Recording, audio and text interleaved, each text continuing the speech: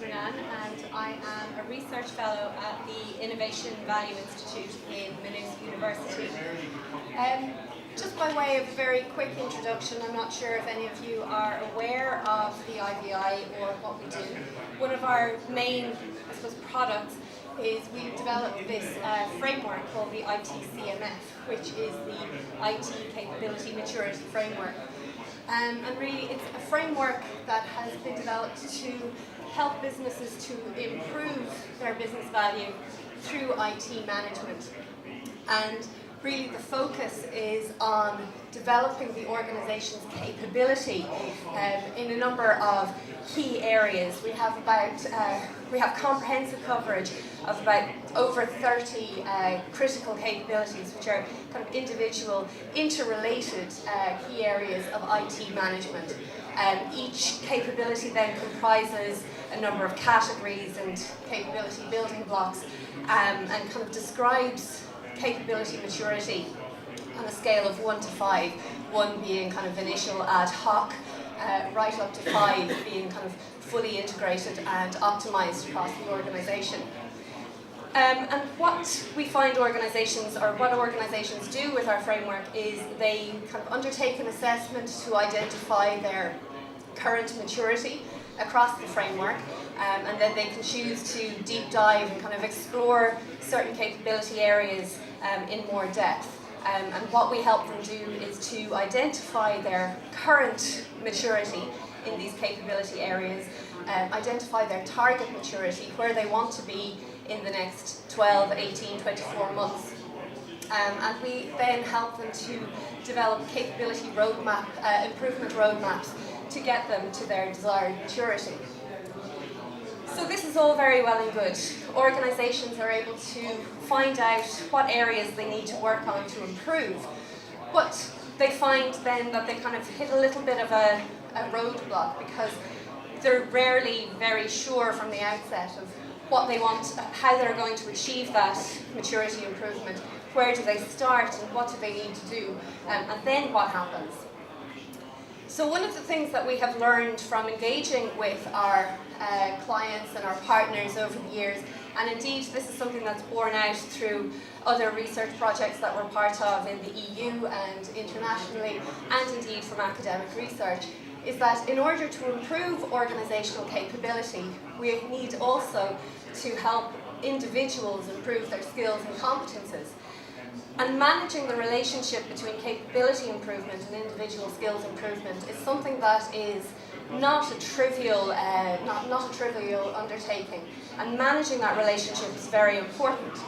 So we realise that this isn't new information, that this kind of disconnect between people at an individual level and people at a collective level, it's not new information. I mean, we have here some research that's over 20 years old, outlining how organisational learning can increase an organisation's capacity, but that people need to develop those shared goals, and that having fragmented learning happening throughout the organisation isn't enough to try and make that improvement on an organisational level.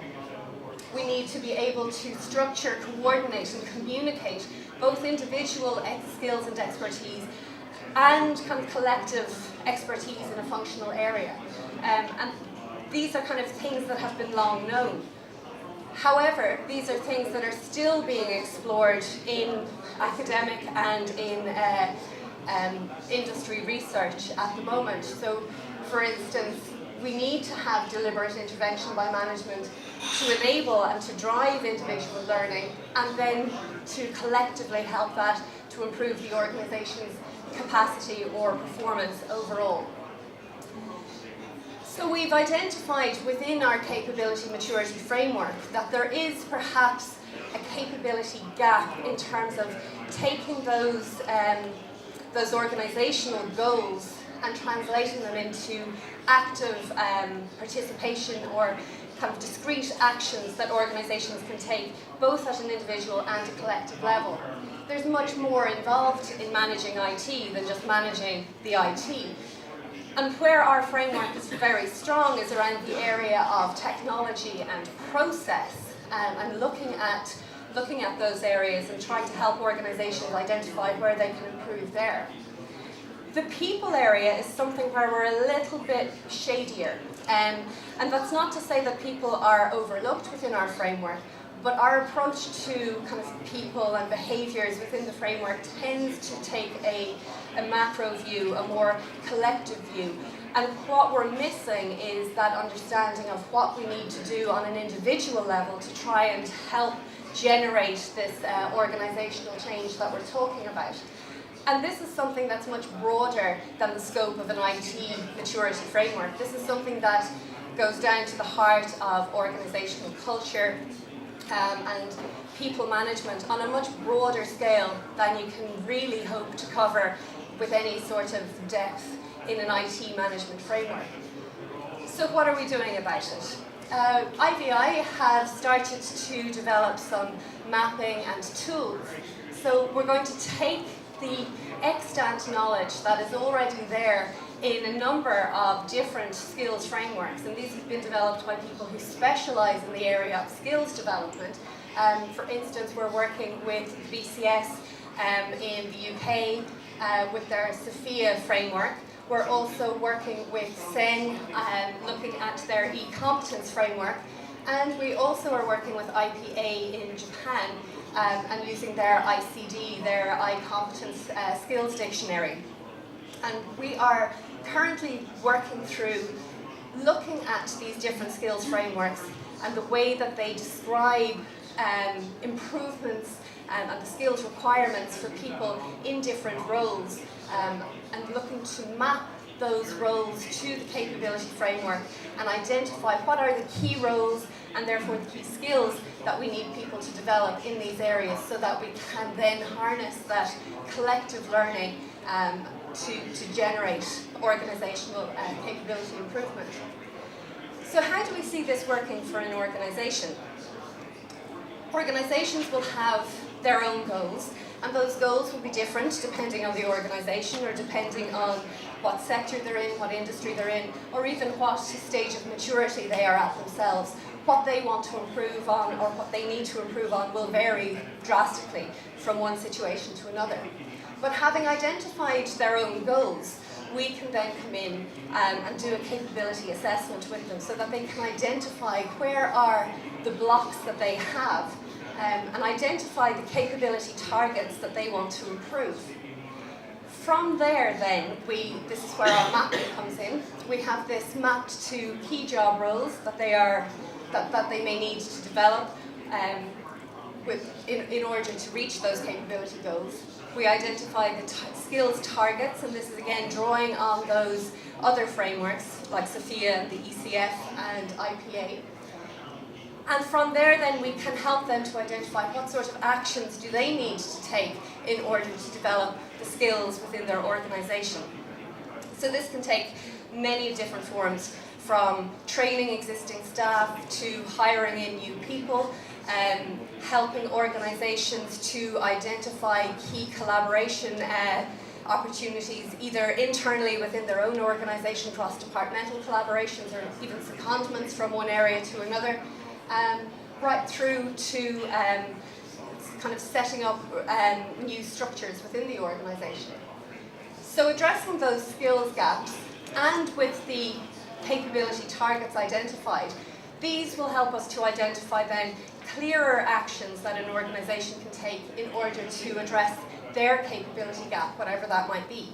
And that might be something simple like,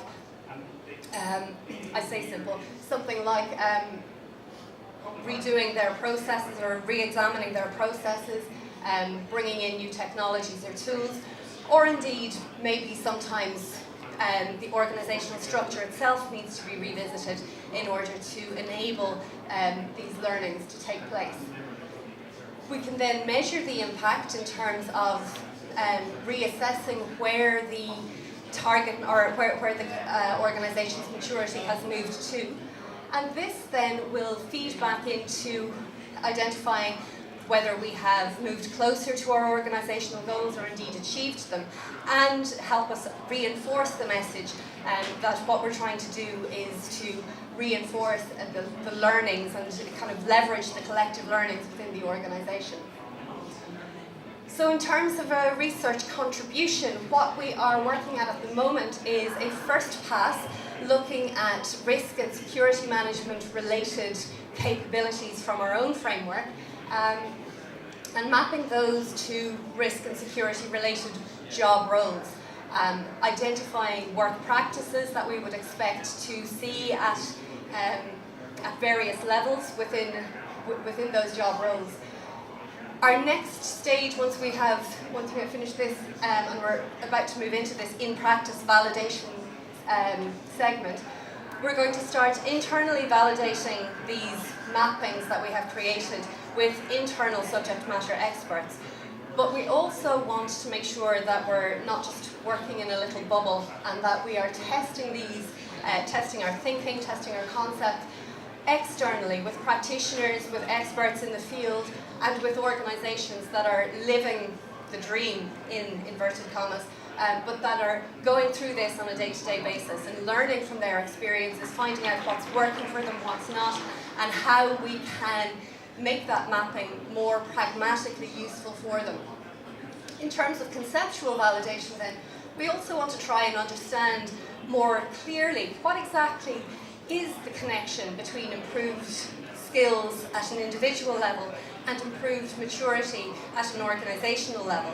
This is something that tends to be largely taken for granted in terms of if you train people up, you're going to get better at what you're doing within an organisation. But we want to try and kind of dig a little deeper and find out how that improvement might happen. For instance, what are the mechanisms through which this happens? How is this enabled? What contexts does this work well in? And which contexts do we need to watch out for in terms of putting alternative mechanisms in place? So, if anybody is interested in being part of this testing and validation phase, just to reiterate, at the moment we're looking at security and risk related capabilities. We will be expanding that out to cover across the capability framework over the coming months. But for a first pass, skills related to risk and security management. So if you are interested in helping us to validate or test within your organisation to test our thinking on this, we would love to hear from you. Bearing in mind that your involvement could be anything from a phone call, an interview, right up to something much more in-depth and protracted, if that was something that interested you or suited you. But if anyone has any questions or comments, I'm here for another 3 minutes, I think, 2 minutes, and I will be here for most of the day. You'll spot the hair probably, so I'll be easy to find if you do think of a question later. So please do get in touch. There's my Twitter and my email, and it was lovely to talk to you this morning, and happy Valentine's Day.